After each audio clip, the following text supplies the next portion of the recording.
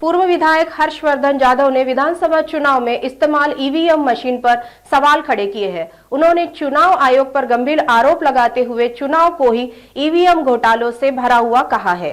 इस मामले में यादव ने आज चुनाव निर्णय अधिकारियों से मुलाकात की। कुछ कानूनी कागजों के साथ उन्होंने चुनाव रद्द कर बैलेट पेपर पर फिर से चुनाव लेने की मांग की।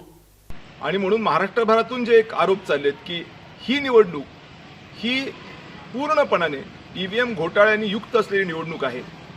माझंही स्पष्ट मत आता कन्नडचे काही फिगर्स बघितल्याच्या नंतर आणि अशा पद्धतीचं स्टेटमेंट ज्यावेळेला येतं की ह्यूमन एरर आहे, अशा पद्धतीचं ह्यूमन एरर कधी असूच शकत नाही का, कारण कधी निवडणूक आयोग आहे ते काही आपलं कुठेतरी बसून कुठेतरी चौपाटीवर बसून ते लिहिले असं होत नाही। म्हणून इथंही घोटाळा झाला अशा पद्धतीचं निश्चितच शंकेला वाव आहे आणि म्हणून महाराष्ट्रभरात येणाऱ्या ज्या दिवसांमध्ये एक मोठं याच्यावरती वादळ उठण्याची शक्यता आणि त्याच्यामध्ये कन्नड सुद्धा असेल याच्यात कुठलीही शंका नाही।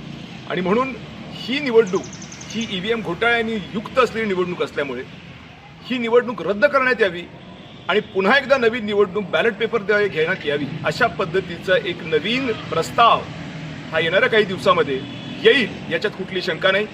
आमदार जे झालेत त्यांना मी शुभेच्छा दिलेल्याच आहेत, किंबहुना त्यांनी चांगलं काम केलं तर मला मिळालेलं मतदानही त्यांना मिळेल आणि अत्यंत चांगल्या पद्धतीने त्या पुढेही निवडून येतील अशा शुभेच्छा मी त्यांना दिलेल्याच आहेत।